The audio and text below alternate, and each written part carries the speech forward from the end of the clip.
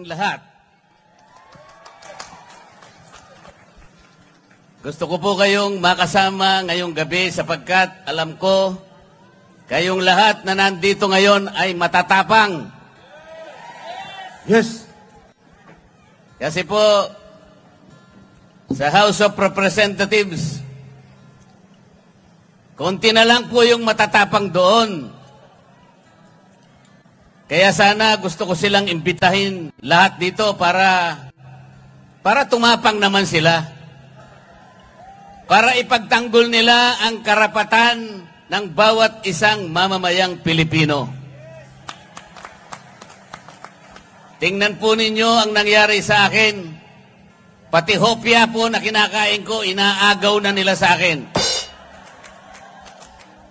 Napakawalang hiya nila. Puro salbahe. Wala naman ginawang masama. Sinasabi ko lamang sa kanila, mali po ang ginagawa ninyo. Ito po ang dapat nating gawin. Ito ang dapat nating ayusin sapagkat ito ang nasa ating rules and regulations.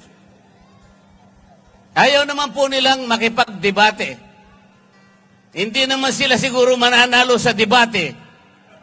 Ginugulo na lamang nila ako. Puro panggugulo. Kaya sabi ko, pupunta na lang ako sa Cebu.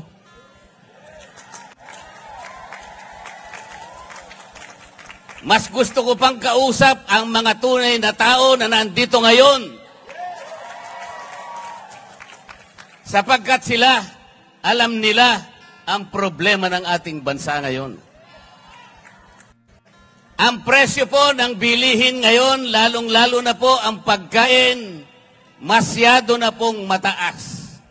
Kawawa na po ang ating mga kababayan, lalo na po yung nasa panig ng mahihirap. Hindi po nakikita ngayon ang problema na yan. Kaya lalong lumubha ang kahirapan sa ating bansa dahil sa korupsyon. Lubog na hirap ng humirap ang ating buhay.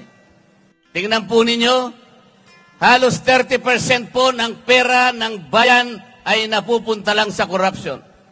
Ano po ang epekto nun? Pati education nagsasuffer. Pati public health nagsasuffer. Sinasabi ko po sa kanila, napakinggan nila ako, itinuring nila akong kalaban. Kalaban nilang lahat. Tinanggalan po ako lahat ng committees sa House of Representatives. Ipinaglalaban ko lang naman na ibaba natin ang presyo ng kuryente sa bansang ito. Tinanggal po nila ako sa Committee on Energy. Inobjekan ko po yung bill na sinusulong nila doon sa Nordeco, sa bandang Mindanao, at doon sa Samselco, sa Zamboanga City. Ang sabi ko, pagka inapprove nyo ang bill na ito, lalong tataas ang presyo ng kuryente sa bahagi na yan ng Mindanao. Ayaw po nilang maniwala. Lahat po ng mga panukalang batas na i-file ko na 10 bills, hindi po nadinig yun. Ayaw nila. Wala silang pakialam sa inyong kapakanan. Ang gusto nila siguro, tumaas ng tumaas ang kuryente sa ating bansa. Alam po ba ninyo kung ano yung pinapangunahing layunin ng batas sa kuryente? Ang sabi ng batas, let us ensure the delivery of affordable rates of electricity to every Filipino. Affordable. Sa Bisaya, barato. Barato ba ang presyo ng kuryente sa Cebu?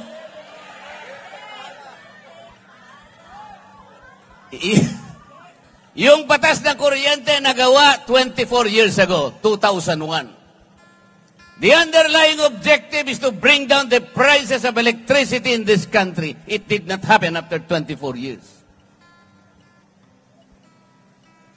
Bakit pa tayo gumawa ng batas kung yung pinakalayunin hindi naman natutupad?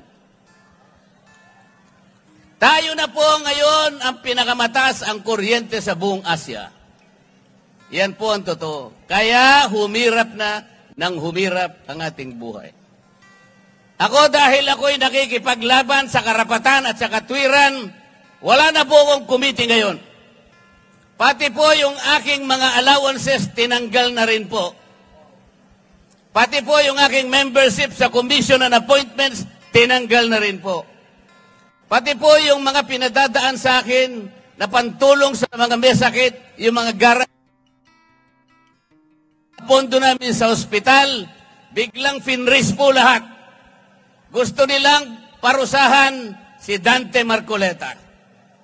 Hindi po ako ang napaparusahan, yung kababayan po nating may sakit na gusto nating tulungan. Ganito na po ang nangyayari sa House of Representatives.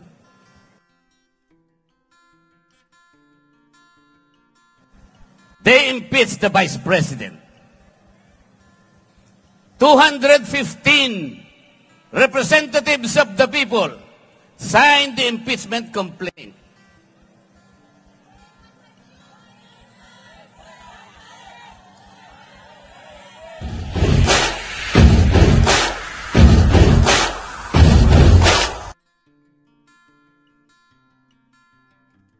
Walang basihan ang impeachment complaint. There is no basis for that. Tinangka nilang usisain yung confidential funds daw ng Vice President. I asked them, okay, kung gusto ninyong umpisahan ang pag-iimbestiga ng confidential funds, bakit ito lamang opisina ng Vice President ang iimbestiga ninyo? There are more than 400 offices and agencies of government which are recipients of confidential funds. And they too were notified by the Commission on Audit to submit some kind of requirements.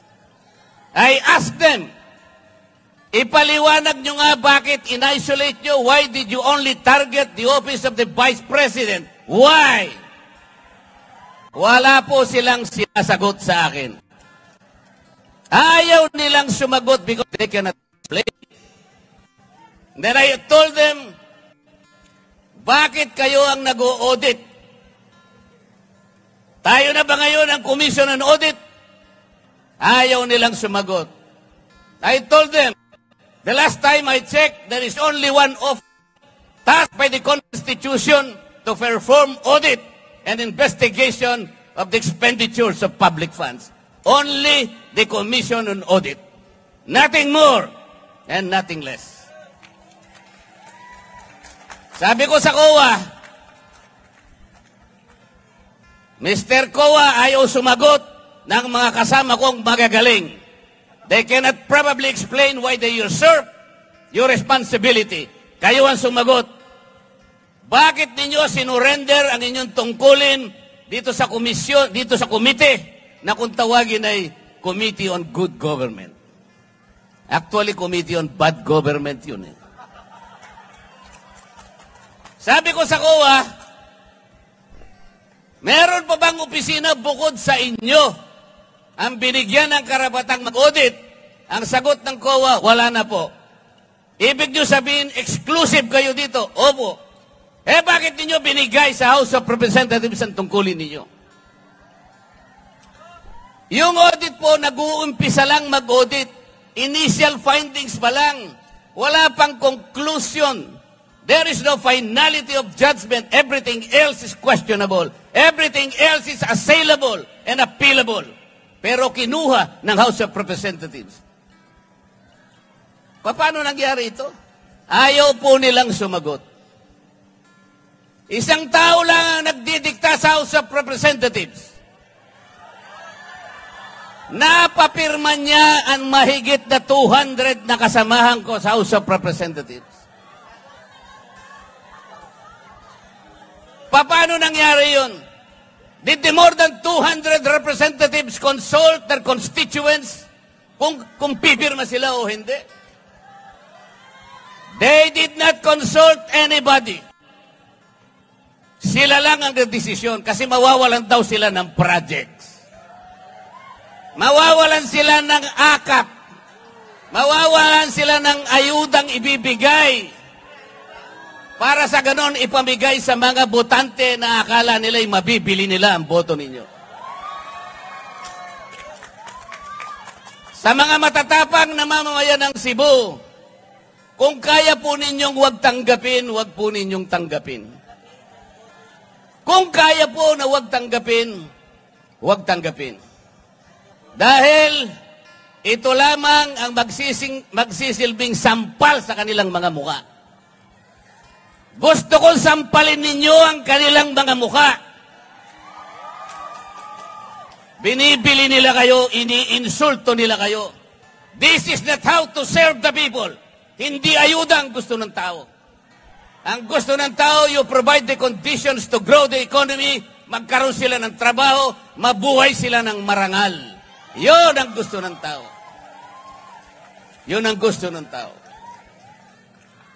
About a month ago, a group of people converged in Luneta and elsewhere in the parts of this country, generating more than 4 million people in that peace rally. That was 1 month ago. Alam po ninyo yan. Ang pakiusap ng grupo na yon, magkaisa ang Pilipino, magkaroon ng kapayapaan para harapin natin ang malalaking hamon at problema ng ating bansa. Ipinakiusap sa rally na yon, huwag tayong mag-awak, kakawatak-watak. Huwag na po nating ituloy ang impeachment sapagkat ito ang simula ng pagkakawatak-watak ng Pilipino. It was a peaceful rally. Nakiusap ang mahigit na 4 na milyong Pilipino. Ito lamang ang paraan para sumulong ang ating bansa. Hindi pinakinggan ang boses ng ganong kalaking bilang ng mga tao. The Speaker of the House of Representatives defied the voice of the people. Vox Populi, Vox Dei. The voice of the people is the voice of God. Salus Populi est suprema lex. The welfare of the people is the supreme law. Mga kababayan, ang laki po ng papasalamat ko sa gabing ito sa inyo.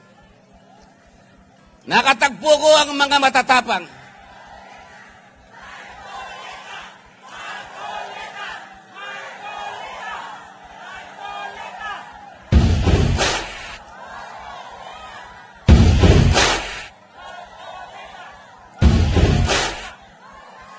Tonight, let us make a solemn vow.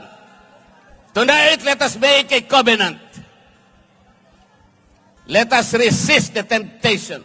Let us repel the vindictiveness of one man, the leader of the House of Representatives. He is responsible in weakening our institutions. Kinuha nila yung pera ng PDAP. Kinuha nila yung pera ng PDIC, kinuha yung pera ng DBP, kinuha ang pera ng PhilHealth, kinuha lahat ang mga pera para ilagay sa project ng DPWH. Let us resist that. Let us say no. These people now gathered tonight have the capacity to do that. Let the terms of this covenant reach the shores of Tacloban City. To remind that man from Tacloban that he cannot lord over, that he cannot change the destiny of our people.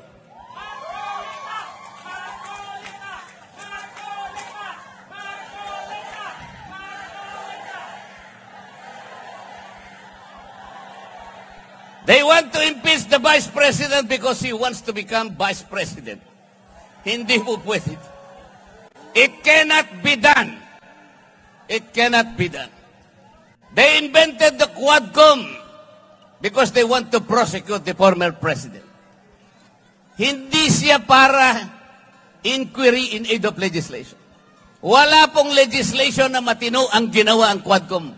For more than 13 hearings, Makita po ninyo yung ginawa nilang panukalang batas.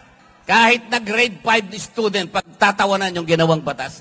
Because it was not really intended to enact laws or to supplement in making laws. It was principally designed to prosecute and persecute the former president. Ganito po ang gusto nilang gawin sa ating bansa. Kapag wala pong tumayo, kaya po kami nandito ngayon.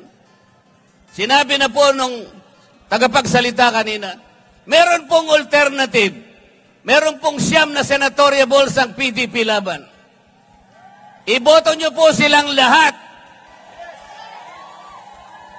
You need people in the Senate to frustrate the impeachment.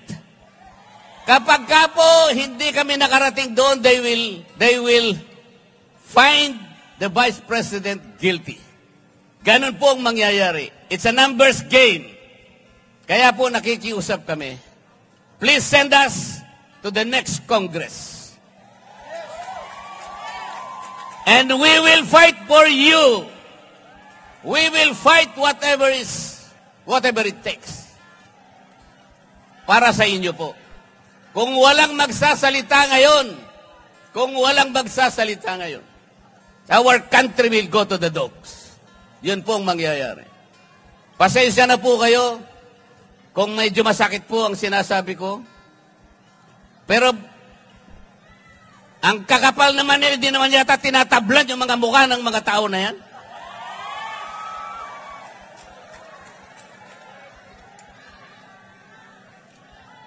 Tulungan niyo po kami. At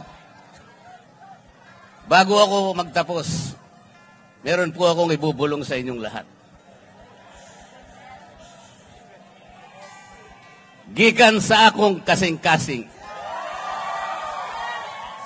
gihigugma ko kamong tanan.